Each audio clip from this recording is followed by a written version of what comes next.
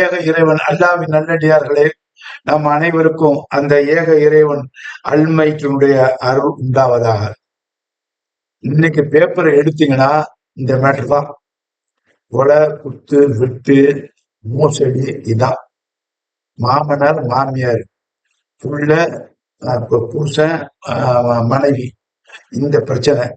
அதே மாதிரி நம்ம சமுதாயம் பாருங்க, இஸ்லாத்துல உள்ள ஒரு பெண்ணு ஒரு 2 நாளைக்கு முன்னாடி ஒரு கூட்ட வாடகைக்கு எடுத்து அதை லீஸுக்கு விட்டுருக்கு.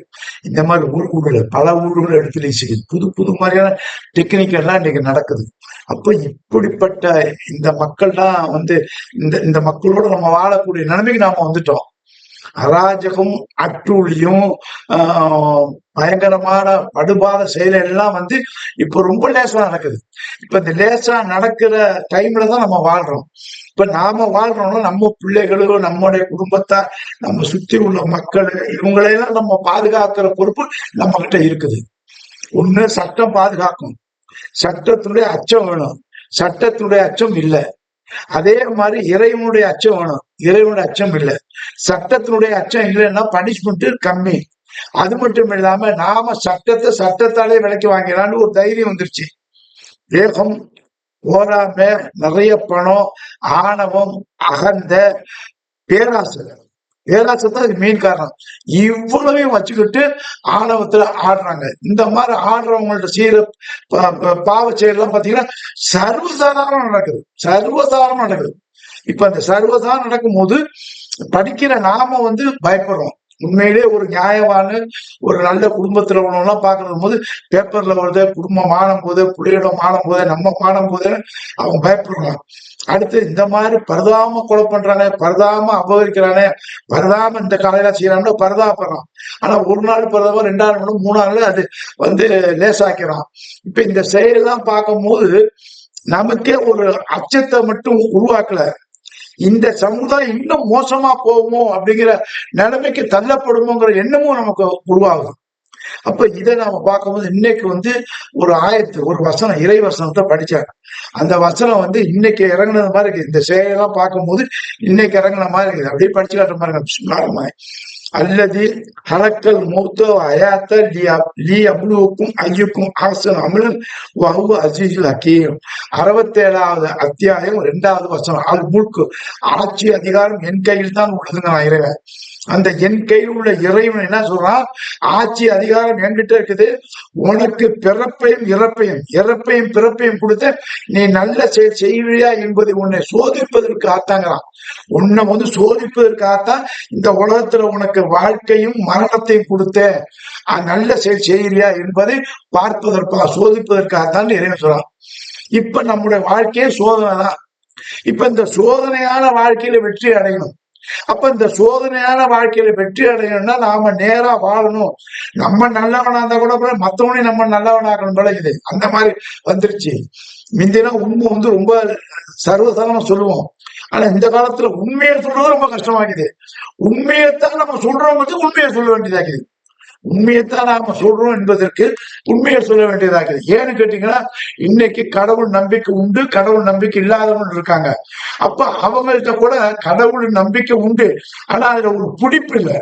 அந்த பிடிப்பு இல்லாதனால்தான் இப்படிப்பட்ட ஒரு பயங்கரமான செயலாம் சர்வசாதாரணமா செய்யறாங்க. அப்ப இந்த பயங்கரமான செயல்களுக்கு பனிஷ்மெண்ட் உண்டு எல்லா வேதத்திலும் சொல்லப்பட்டிருக்கு, எல்லா வேதத்திலையும் சொல்லப்பட்டிருக்கு. வேதம் கொடுக்கப்படாத சமுதாயமே இல்லை. அப்ப எல்லா வேதத்திலையும் நரகம் சொர்க்கம் கொடுக்கலாம், இது எவனும் படிக்கல அர்த்தம். இது எவனும் படிக்கல. அதான் எல்லா காரியத்தையும் ரொம்ப லேசா எடுக்கிறான். பயங்கரமான குற்றம் செய்யறான். தன்னுடைய கையாலே போர்ஜரி பண்றான். தன்னுடைய கையாலே பிரத்யேக சொத்தை எழுதி வாங்குறான். தன்னுடைய கையாலே சிஸ்டருடைய நகையோ கூட பிறந்தவங்க நகையெல்லாம் வச்சு தாம் பேர்ல எடுத்துக்கிறான். அதே மாதிரி ஒரு சொத்தை அபகரிக்கணும் அப்படின்னா ரொம்ப லேசா அபகரிக்கிறான். அதாவது கவர்மெண்ட் எம்ப்ளாயி செய்யறான், சாதாரண எம்ப்ளாயி இல்லாம செய்யலாம், ரொம்ப சர்வசாதாரணமா செய்யலாம். அப்ப சர்வசாதாரணம் செய்யற மோசடிகள் இருக்கு பாருங்க. பட்டா இல்லாத இடத்த பட்டா போட்டு விற்கிறான், கோயில் இடத்தையே விற்கிறான், சர்ச்சில் இடத்தையே வைக்கிறான், பள்ளிவாசி இடத்தையும் வைக்கிறான். இப்ப இறைவனுடைய அச்சங்கிறது இல்லைங்கிற மாதிரி இன்னைக்கு ஒரு சூழ்நிலை வருது. அதே மாதிரி இந்த பாவ காரியத்துக்கெல்லாம் 1000 கோடிக்கு பேங்க்ல லோன் எடுக்கிறான், லட்சக்கணக்கான கோடி எடுக்கிறான், 10,000 15,000 கோடி எடுக்கிறான். லோன் எடுத்து லோன் அடைக்க வெளிநாட்டுக்கு போயிடறான். இந்த ஊர்ல என்னதான் பிரச்சனை, அந்த நாட்டுக்கு போயிடறான். அப்ப இவங்களுக்கு ஒரு பயம் என்பது இல்லை. அப்ப பயம் இருந்தாதான் ஒரு காரியம் செய்வதற்கு இவங்க பல வகையில யோசனை பண்ணும். அப்ப அந்த பயத்தை இவங்களுக்கு மூட்டணும் அப்படின்னா வேற வழி இல்லை. நம்ம இதெல்லாம் செஞ்சாதான் முடியும் பழகுது. அப்ப இறைவனுடைய அச்சத்தையும் உண்மையான சட்டத்தினுடைய அச்சத்தையும் இவனுக்கு போதிக்க வேண்டியது. டைலி இவனுக்கு சட்டம் வந்து சட்டத்தை இவனுக்கு வந்து சொல்லி கொடுத்தாங்க. இப்ப ஸ்கூல்லயே சட்ட புக்கை வந்து படிப்பு சொல்லணும். இந்த வேத புக்கு ஒண்ணு இருக்குது. இந்த வேத புக்கத்துல உள்ள இந்த நரக சொர்க்கத்தை சொல்லி கொடுத்தா போதும் பழகுது. ஏன்னு கேட்டீங்கன்னா இன்னைக்கு சட்ட புத்தகத்தை வந்து சட்டத்தை ஒரு பாடமா வைக்கணும்.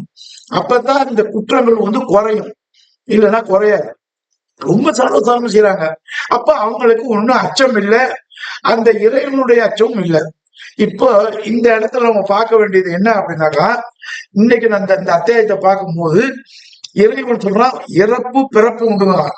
இதை நம்ம பார்க்கிறோம். பிறக்கிறோம், இந்த பிறந்துட்டோம், இறக்குறோம். இறக்குறது எப்படி பார்க்கறோம், மற்றவங்களை இறக்கதே பார்க்கிறோம். அப்ப பிறப்புக்கும் எவிடன்ஸா இருக்கும், இறப்புக்கும் எவிடன்ஸா இருக்கும். அப்ப பிறப்பையும் இறப்பையும் நாம ஒத்துக்கொள்கிறோம். ஆனா இறப்புக்கு பிறகு மீண்டும் பிறப்போமாங்கிறது நாங்க ஒத்துக்க மாட்டேங்கிறோம். அது இல்லைங்கிறோம். அது இல்லைங்கிறத மட்டும் எப்படி ரொம்ப ஸ்டைலா அவன் சொல்றான்னா, இறைவனை நம்பக்கூடியவன், இறைவனை அறகுறையா நம்பணும்னு இருக்கான், கொஞ்சம் நல்லா நம்பணும் இருக்கா, இறைவன் நம்பாதவன் இருக்கான். அவங்க என்ன சொல்றாங்கன்னா, இதே அல்குர்ஆன்ல இறைவன் நமக்கு சொல்லி காட்டுறான். எப்படி சொல்லி காட்டுறாங்கனாக்கா, 16வது அத்தியாயம், இந்த 16வது அத்தியாயத்துல 38வது வசனத்தை சொன்னா, மீண்டும் உயிர் கொடுத்து நான் எழுப்பப்படுவேன் என்பதில் இறைவன் சத்தியமா சொல்ற, உயிர் கொடுத்து எழுப்பப்பட மாட்டோங்கிறான். இறைவன் சொல்றான், நீ மீண்டும் செத்த பிறகு உயிர் கொடுத்து எழுப்பப்படுவா, இந்த டே ஆஃப் ஜட்ஜ்மெண்ட் உண்டுங்கிறான். ஓமேல சத்தியம் பண்றேன், அல்ல இறைவனே கர்த்தரை உண்மை சத்தியம் பண்ணுகிறேன், நான் இறந்த பிறகு மீண்டும் உயிர் கொடுத்து எழுப்ப மாட்டேன்னு எவ்வளவு தைரியமா பேசுறாங்க. இதை வந்து அப்படியே பட்டவர்த்த நான் கன்ஃபெஷன் ஸ்டேட்மெண்ட் 16வது அத்தியாயம் 16வது அத்தியாயம் 38வது வசனத்துல சொல்றான். இப்ப இறைவன் வந்து இந்த மக்களுக்கு, இந்த நம்பாத மக்களுக்கு என்ன சொல்றாங்கன்னா, 41வது அத்தியாயம் அது வந்து ஹாமிம் சைதா, தரைய நித்திய தரையில் வைக்கிறவங்க, அந்த அத்தியாயத்துல 21வது வசனம், 22வது வசனம், 23வது வசனம் சொல்றான், உன்னுடைய காது, உன்னுடைய கண்ணு, உன்னுடைய ஸ்கின், தோல், இவைகள் சாட்சியம் அளிக்கும். நீ இறந்த பிறகு மீண்டும் உயிர் கொடுக்கப்படுவாய். உயிர் கொடுக்கப்பட்ட பிறகு இந்த கண்ணு, இந்த காது, இந்த ஸ்கின், தோல் வந்து உனக்கு சாட்சியம், உனக்கு எதிராக சாட்சியம் சொல்லுவோம். அப்ப இவன் சொல்லுவான், வாயத்தை வந்து சொல்லுவான், என்னன்னா இது என்கிட்ட இருந்து ஏன் கண்ணா இருந்தீங்க, ஏன் காதா இருந்தீங்க, ஏன் தோளா இருந்தீங்க, எனக்கு எதிராக சாட்சி சொல்றீங்களேன்னு சொல்லும் போது அப்ப இறைவனுடைய வசனம் உனக்கு சொல்றோம்.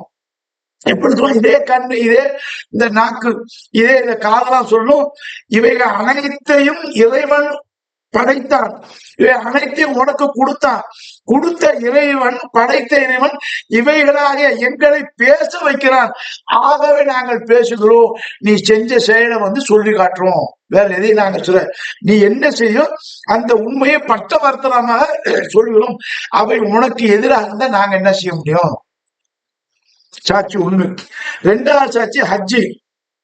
ஹஜ்ஜுடைய அத்தியாயத்துல 24வது வசனத்துல நாவு, இந்த நாவு பேசும், கைகள் பேசும், கால்கள் பேசும். இப்ப கையு, காலு, நாவு, இந்த இடத்துல இப்ப சொல்றான் பாருங்க, இவைகள் உனக்கு பேசும்.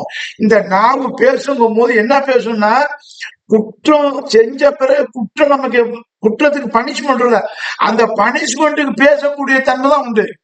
அந்த பனிஷ்மெண்ட்டை அக்செப்ட் பண்ணுவோம். ஆமா, இந்த பனிஷ்மெண்ட்டுக்கு உண்மைதான், நான் இந்த பனிஷ்மெண்ட் செஞ்சு இந்த குற்றத்தை நான் ஏத்துக்கிறேன் இல்லை, அதை உணர்வான். அதை உணர்ந்து இறைவன் கத்துவான், இறைவா நான் செஞ்ச பாவத்தை மன்னிச்சிரு, என்ன மன்னிச்சிருமா. அப்பதான் நான் பேசணும். டே ஆஃப் ஜட்ஜ்மெண்ட்ல வந்து முதல் நாள் அந்த பேசக்கூடிய அவனை கூப்பிட்டு கேட்பாங்க பாருங்க, அப்ப வந்து வாய்கள் பூட்டு போடப்படும், வாய்கள் சீல் வைக்கப்படும்.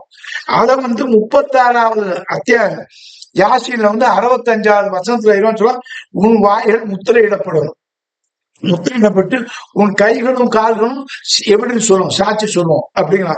இப்போ கண்ணு, காது, நாக்கு, தோல், இவை காது, இவை எல்லாமே சாட்சி சொல்லும் போது நமக்கு என்ன இறைவன் ஒரு ஒரு ஒரு உலக உதாரணத்தை சொல்லணும்னா, இப்ப லேட்டஸ்டா போய் ஏர் இந்தியா ஆக்சிடென்ட் ஆச்சு பாருங்க, எத்தனை பேர் இறந்தாங்க. அப்ப ஏர் இந்தியா ஆக்சிடென்ட் ஆகணும், அது எப்படி ஆகுறதுன்னு கண்டுபிடிக்கணும் பாருங்க. அதுல கருப்பு பட்டி இருக்கும். ஏர் இந்தியா செத்து போச்சு ஆக்சிடென்ட் ஆச்சு. ஆக்சிடென்ட் ஆனா எப்படி ஆச்சுங்கிறதுக்கு அது ஒரு உயிர் உண்டாகிற ஒரு பொருள் என்னன்னா கருப்பு பொட்டி தான். அந்த கருப்பு பொட்டியை வச்சுதான் என்னென்ன நடந்தது, எது உண்மை எது போய்ங்கிறத துல்லியமா எடுக்க முடியும். அதே மாதிரிதான் அந்த கருப்பு பொட்டி. நீ ஆக்சிடென்ட் ஆகிட்ட, அதாவது நீ செத்துட்ட, செத்த பிறகு உன்னை மீண்டும் உயிராக்கி அந்த உடம்புல இருந்த கண்ணு காதலா இருந்து அந்த கண்ணு காது எல்லாம் கருப்பு பொட்டியா உனக்கு பதில் சொல்லுவோம். உனக்கு எதிராக பதில் சொல்லுவோம். நீ நன்மையை செஞ்சா நன்மையை சொல்லுவோம், நீ தீமை செஞ்சா தீமை சொல்லும். இந்த கையை கொண்டுதான் பல பேருடைய பத்திரத்தை பட்டா போட்டு நான் மோசடி செஞ்சேன். இந்த கையை கொண்டுதான், இந்த கண்ணை கொண்டுதான் பேங்க்ல மோசடி செஞ்சேன். இந்த கண்ணை கொண்டுதான் ஒவ்வொரு வீட்டுல உள்ள பத்திரத்தை நான் அடமான பத்திரம் என் பேர்ல வச்சுக்கிட்டேன். இந்த கையே இந்த கண்ணையும் கொண்டுதான் என்னுடைய அக்கா, என்னுடைய தம்பி, என்னுடைய உடன் பிறந்தவருடைய நகை நட்டையெல்லாம் எடுத்து நான் அவங்க நகை என் பேர்ல வச்சு நான் அந்த பணத்தை எடுத்து அபகரிச்சுட்டேன். அப்ப அண்ணன் செஞ்ச இது தங்கச்சிக்கு செஞ்ச துரோகம், புருஷன் முண்டாட்டிக்கு செஞ்ச துரோகம். அப்ப துரோகம் என்பது மிக கொடுமையானது. இந்த மிக கொடுமையான இன்னைக்கு நடக்கிற துரோகத்தை எல்லாம் எது சாட்சியமா? இந்த கண்ணு, கையை, காது. இந்த கையை கொண்டுதான், இந்த கண்ணை கொண்டுதான் 10,000 கோடி, 20,000 கோடி, 30,000 கோடி பேங்க்ல கடனா எடுத்து அப்படியே ஓடிட்டேன். இதுக்கு யாரெல்லாம் உடந்தையாதாங்களோ அவங்க அத்தனை பேரும் அந்த சாட்சி சொல்லும். அவங்க கை, அவங்களுடைய கண்ணு, அவங்க சாட்சி சொல்றீங்களா, ஒண்ணுமே செய்ய முடியாது. இன்னைக்கு இவன் இங்கே தப்பிச்சு அந்த நாட்டுக்கு போயிட்டான். ஆனா மீண்டும் அவன் செத்த பிறகு இந்த தண்டனை அனுபவிப்பான்னு இறைவன் சொல்றான். அப்ப இந்த கண்ணு, காது இதெல்லாம் கருப்பு பொட்டி மாதிரி செத்த பிறகு அவனுக்கு மீண்டும் உயிர் கொடுப்போம். அந்த உயிர் கொடுத்து அதே உடல் இறைவன் முன்பு பேசும். இன்னும் சொல்ல போனா நீ செய்யற செயலெல்லாம் ரெக்கார்டாகும். அந்த ரெக்கார்டை இறைவன் சொல்றான், அந்த புத்தகத்தை அந்த ஏழை உன் முழு வாசிக்காட உன் முழு கொடுக்கப்படும், அதை நீயே வாசிக்கணுங்களாம். அப்ப நம்ம செய்யற செயலெல்லாம் நம்ம முன்னால வரும், படம் மாதிரி வரும். அப்ப நம்ம படிக்கிறோம். அப்ப நம்ம நினைப்போம், இவ்வளவு பாவமா பண்ணோம், இவ்வளவு செயலாச்சணும், இவ்வளவு கொடுமையா சொன்னோம், எல்லாமே ரெக்கார்டா வரும். அந்த ரெக்கார்டு வராம இருப்பதற்கு தான் இறையச்சம். இறைவனை டெய்லி இறைவனுடைய வேதத்தை படி, இதை படிச்சு கொஞ்சம் திருந்து அப்படிங்கிறான். இதை படிக்க பெரிய பாவமான காரியங்கள்லாம் செய்யாம இருக்கிறதுக்கு ஒரு வழிகாட்டுதான். இந்த வழிகாட்டு இருக்கு பாத்தீங்களா, இந்த வழிகாட்டு தான் பெரிய பெரிய அநியாயம் அக்கிரமம் செய்யாம இருக்கிறதுக்கு இது இப்ப நமக்கு துணை புரியுது. அப்ப இந்த வேதத்தையே நம்ம படிக்கல, எந்த வேதத்தையும் படிக்கல, எல்லா வேதத்தையும் சொல்லப்பட்ட நரகம் சொல்லுங்க எதுக்கு நரகம் தான் அப்படியே நம்ம திங்க் பண்ண வேணாமா, குடும்பத்தை சொல்ல வேணாமா, இனிமே டைரி இந்த கிளாஸ் தான் எடுக்க வேண்டியதா இருக்கு. அப்படி எடுத்ததான் இது மாதிரி கொஞ்சமா திரும்புவோம். இன்னும் அரசாங்கத்திலும் டோட்டல் மோசடி, பெரிய மோசடி பண்றான். அப்ப அவனுக்கு இறைவன் சொல்ல 2 பங்கு தண்டனை உண்டுங்கிறான். இது அவனு உணரணும். சாதாரண மனுஷனுக்கு ஒரு தண்டனைனா இந்த கொடுமையை மறைக்கிறவன், இந்த கொடுமைக்கு உடந்தையா இருந்த அரசாங்கவாதி, அரசியல் உள்ளவன், இந்த கவர்மெண்ட் சர்வெண்ட், இவனுக்கெல்லாம் டபுள் பங்கு. அப்ப இத சொல்றான். இப்ப இந்த அச்சம் வந்தாதான் இந்த குற்றம் குறைகள் குறையும். இதெல்லாம் முடியாது. அதே மாதிரி சட்டம் மிக கடுமையாவனா குற்றங்கள் குறையும். இறையச்சம் என்பதை வெளிப்படுத்தி காட்டினா இந்த இறையச்சத்தை எல்லா வேதங்களும் சொல்லுது பாருங்க. அந்த வேதத்துக்கு சொர்க்கம் நரகம் எதுக்கு அப்படின்னு டெய்லி நம்ம கிளாஸ் எடுக்கணுமாக்குது. பாட புத்தகத்துல இது ஒரு கிளாஸா வைக்கணுமாக்குது. வச்சாதான் ஓரளவு இந்த சமுதாயம் திரும்பும். இல்லைன்னு வைங்களேன், எல்லாம் அபாவா குற்றத்தை ரொம்ப லேசா செய்யறான். லேசா செய்யறதும் இல்லாம பெருமையா வேற இருக்கான். அந்த பெருமை மட்டும் ஈஸியா நான் வெளியே வந்துருவாங்கண்ணா. ஈஸியா வெளியே வர்றது கட்சியில வேற சேரலாம். இப்ப இவ்வளவு அக்கிரமும் அநியாயமும் நடப்பதற்கு என்னன்னா அந்த குற்றத்தினுடைய பனிஷ்மெண்ட் கம்மியா இருக்குது. அப்ப இறைவனுடைய பனிஷ்மெண்ட் தெளிவா சொல்றான். இத படிச்சு பாரு. உண்மையில இந்த ஜாதி, மதம், நிறம், இனம், இந்த மொழி இதெல்லாம் கிடையாது. இதெல்லாம் அப்பாற்பட்ட இறைவன். அந்த இறைவன் இதையெல்லாம் நான் பார்க்க மாட்டேன். மதம், ஜாதி, இனம், நிறம் இதெல்லாம் பார்க்க மாட்டான். நமக்கு மனுஷன் இறைவன். இந்த சட்டத்துக்கு முன்பு இறைவன் முன்பு எல்லாரும் சமந்தான். அப்ப யாரெல்லாம் குற்றவாளி இருக்கிறார்களோ அந்த குற்றத்துக்கு தண்டனை கிடைக்கும் கிடைக்கும் என்பது தெல்ல தெளிவாக வேதத்துல சொல்லி, அந்த வேதத்துல எல்லா வேதத்திலையும் நரகத்தையும் சொர்க்கத்தையும் சொல்லி, அப்ப நரகத்தையும் சொர்க்கத்தையும் படிப்பதும் அதை பரப்புவதும் நம்முடைய கடமை என்று கூறி நிறைவு செய்ய பார்த்தோம்னா நமக்கே ஒரு இந்த பேப்பர்லாம் பார்க்கும்போது நமக்கே ஒரு அச்சம் வரும். இந்த மாதிரி சமுதாயத்துல நம்ம வாழ்றோம். அப்ப நம்மளே காப்பாற்றிக் கொள்வதற்கு இந்த அச்சம் நமக்கு குறையணும் அப்படின்னாக்கா, இந்த மாதிரி கொடுங்கோலான செயல்லாம் குறையணும் அப்படின்னாக்கா வேதத்தை படிக்க வேண்டியதால வேற வழி இல்லை. அப்ப வேதத்தையும் சட்டங்களையும் டெய்லி பாட புத்தகத்துல கொடுத்தாதான் ஓரளவு குறை என்பது நமக்கு இப்போ உள்ள தீர்வா இருக்குது. நன்றி.